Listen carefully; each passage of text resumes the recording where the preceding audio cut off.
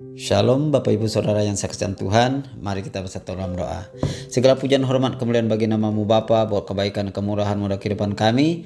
Hari ini adalah hari yang terbaik yang Tuhan berikan, sesuatu yang baik telah terjadi dalam kehidupan kami. Pada saat ini juga Bapa, kami siapkan hati dan pikiran kami untuk mendengarkan sabda kebenaran dari para firman-Mu. Biarlah firman-Mu bertumbuh dan berbuah dalam kehidupan kami, dan juga biarlah firman-Mu menjadi rema dalam kehidupan kami. Biarlah firman-Mu juga yang akan selalu menuntun, membimbing dan mengajarin kami. Biarlah semakin hari kami semakin hidup dalam Tuhan, dan semakin hari kami semakin melihat bahwa Tuhan itu adalah Tuhan yang ajaib, Tuhan itu adalah Tuhan yang dahsyat, Tuhan itu adalah Tuhan yang besar di dalam kehidupan kami. Terima kasih Bapa, terima kasih Yesus. Di dalam nama Bapa, Anak dan Roh Kudus kami telah berdoa dan mengucap syukur. Haleluya, amin. Bapak Ibu Saudara yang saya kasihan Tuhan, kalau kita melihat berapa minggu yang lalu atau akhir-akhir ini saya selalu mengatakan bahwa bagaimana cara kita bertobat dan kita diselamatkan. Kalau pada hari ini kita akan belajar, yaitu hidup oleh iman. Dari mana kita tahu dan bagaimana kita tahu dan mengerti dan paham kalau kita adalah orang yang hidup oleh iman. Satu hal yang ingin saya katakan kepada kita, bahwa ketika kita tahu bahwa siapa diri kita dalam Tuhan, maka kita tidak akan pernah meragukan pertolongan Tuhan. Kita juga tidak akan pernah meragukan kalau Tuhan itu adalah Tuhan yang mencukupi, Tuhan yang menjagai, Tuhan yang melindungi, dan Tuhan yang selalu bersama dengan kita. Oleh karena itu Bapak Ibu, pada minggu ini, pada saat ini saya ingin mengajak kita semua, marilah kita hidup hanya oleh iman. Coba kita buka di dalam Efesus pasal 2 ayat yang ke-8. Efesus pasal yang kedua ayat yang ke-8 berbunyi demikian. Sebab karena kasih karunia kamu diselamatkan oleh iman, itu bukan hasil usahamu tetapi pemberian Allah. Kalau kita melihat kembali kepada minggu yang lalu, saya berbicara tentang ditebus dan diselamatkan. Di sini juga firman Tuhan mengingatkan kita bahwa karena kasih karunia kita diselamatkan oleh iman. Artinya karena karunia atau kasih Tuhan kepada kita, maka kita diselamatkan. Kenapa? Karena Yesus telah menunjukkan kasihnya. Tetapi tanpa kita beriman kepada Dia, tanpa kita percaya kepada Yesus, kasih karunia itu juga tidak bisa sejalan dengan apa yang Tuhan mau. Tuhan hanya memberikan kita kasih karunia dan kita percaya itu, kita imanin itu, maka itulah yang akan menyelamatkan kita. Menyelamatkan kita dari apa? Yang pertama, menyelamatkan kita dari dosa. Bukan hanya dari dosa, tetapi menyelamatkan hidup kita dari belenggu dunia. Karena kita tahu bahwa pada akhir-akhir ini, pada zaman-zaman ini, atau kalau kita melihat secara global dunia ini, bahwa kita dibelenggu oleh dosa, kita dibelenggu oleh kekhawatiran, kita dibelenggu oleh kebimbangan dan sebagainya. Oleh karena itu, firman Tuhan ingin mengingatkan kita bahwa Yesus memelihara dan menumbuhkan iman kita. Atau dengan kata lain, orang benar akan hidup oleh iman. Tanpa iman tidak mungkin kita berkenan kepada Allah. Oleh sebab itu saudara, kita perlu memelihara, menumbuhkan iman dengan belajar menerapkan gaya hidup orang beriman. Gaya hidup orang beriman banyak dicontohkan Tuhan dalam Alkitab. Salah satu contoh seperti Abraham.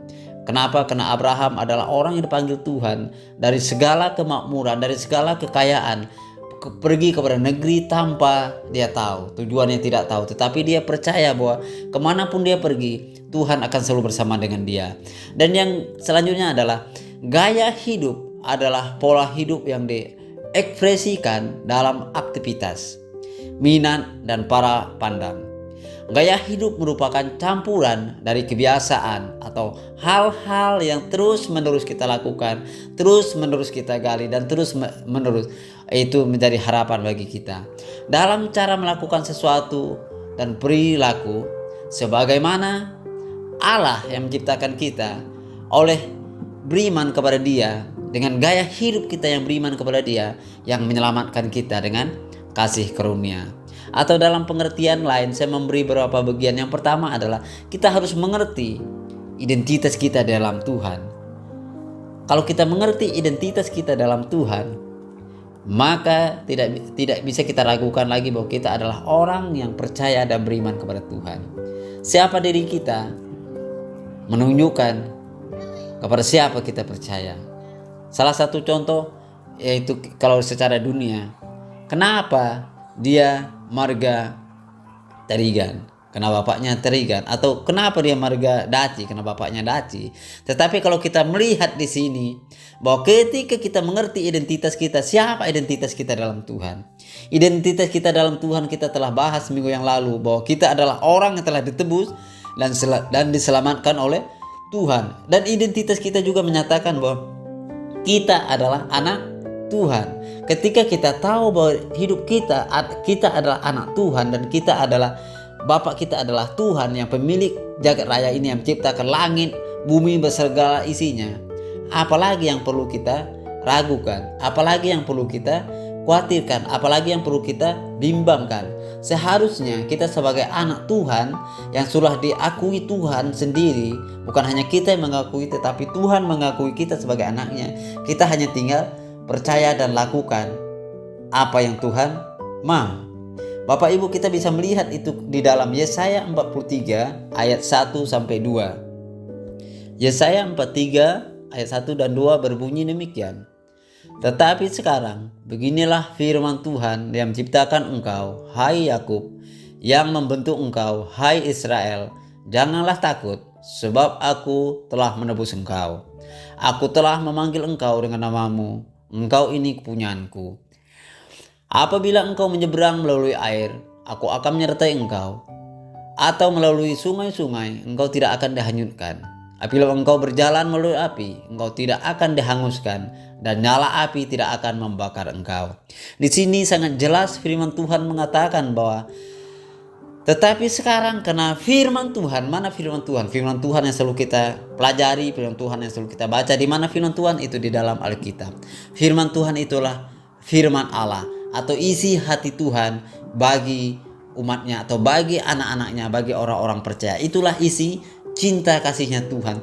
Tuhan menunjukkan cintanya kepada kita, kasih sayangnya kepada kita melalui firman-Nya. Di sini dikatakan bahwa Dia telah menciptakan engkau, hai Yakub. Bisa kita katakan Dia telah menciptakan saya dan saudara, dan kita panggil nama kita. Dan Dia juga yang telah membentuk kita, yaitu hai Israel. Itu menunjukkan bahwa satu bangsa. Dengan bisa kita katakan bahwa Dia yang telah memilih kita menjadi bangsa Indonesia. Atau dengan kata lain, Dia bilang, janganlah takut, sebab aku telah menebus engkau. Tuhan bilang juga kepada saya dan saudara, janganlah kau takut. Katakan kepada dirimu bahwa Yesus telah menebus kita dari kemiskinan. Yesus telah menebus kita dari keraguan. Yesus telah menebus kita dari dosa. Yesus telah menebus kita dari segala keterikatan kita akan dunia ini. Dan juga dikatakan bahwa Dia telah menebus kita, apa katanya? Aku telah memanggil engkau dengan namamu. Artinya Tuhan memanggil saya dan saudara dengan sebutan nama pribadi lepas pribadi. Dengan kata lain, Dia bilang, Tiban, kamu adalah kepunyaanku. Betel, kamu adalah kepunyaanku. Daniel, kamu adalah kepunyaanku. Begitulah caranya Tuhan memanggil kita. Kenapa? Karena Tuhan memanggil kita satu persatu dengan sebutan nama kita. Dan lihat lagi yang selanjutnya Tuhan bilang, apabila engkau menyeberang air, aku akan menyertai engkau. Artinya air itu menunjukkan ada bahaya. Tetapi dalam bahaya itu pun Tuhan menuntun kita, Tuhan menjaga kita, dan Tuhan melindungi kita. Dan Dia bilang, aku akan menyertai engkau. Atau melalui sungai-sungai engkau tidak akan dihanyutkan. Ini juga adalah suatu masalah. Ini juga adalah suatu problema. Ini juga adalah suatu tantangan, masalah di depan yang akan kita hadapi ketika kita menyeberang sungai. Kita tahu sungai itu bukan air yang tenang. Kalau sungai seperti di tempat kami adalah air yang deras. Kalau kita tidak bisa berenang, kalau kita tidak bisa sanggup melawan arus, maka kita akan dihanyutkan. Tapi Tuhan bilang, atau engkau melalui sungai, engkau tidak akan dihanyutkan. Kenapa? Karena Tuhan yang menjaga, menyertai, menuntun dan memegang tangan kita. Lihat, ini lebih dahsyat lagi. Tuhan katakan, apabila engkau berjalan melalui api, engkau tidak akan dihanguskan. Kenapa? Karena Tuhan ada di dalam api itu bersama dengan kita. Ingat Sadrak, Mesak dan Abednego yang dibuang ke dalam perapian yang 7 kali lebih panas. Mereka tidak terhangus sedikit pun dari apa yang mereka miliki atau yang mereka punya ketika mereka masuk ke dalam. Kenapa? Karena Tuhan bersama dengan mereka. Bahkan mungkin bisa dikatakan dengan kata lain, mungkin mereka santai-santai di dalam api itu. Kenapa? Karena Yesus bersama dengan mereka. Tetapi kita tahu ketika mereka tidak bersama dengan Yesus, seandainya mereka tidak bersama dengan Yesus, seandainya mereka tidak disertai oleh Tuhan, apa yang terjadi? Mereka akan hangus terbakar, bahkan menjadi arang dan gosong. Tetapi Tuhan bilang, apabila engkau berjalan melalui api, engkau tidak akan dihanguskan. Kenapa? Karena Yesus menyertai saya dan saudara. Oleh karena itu Bapak Ibu, apalagi yang perlu kita takutkan di dalam Tuhan. Tidak ada seharusnya yang perlu kita bimbangkan, tidak ada yang seharusnya kita ragukan. Kenapa? Karena Yesus selalu menyertai kita. Dan ayat yang terakhir kita melihat di sini dikatakan bahwa Amsal pasal 4 ayat 23.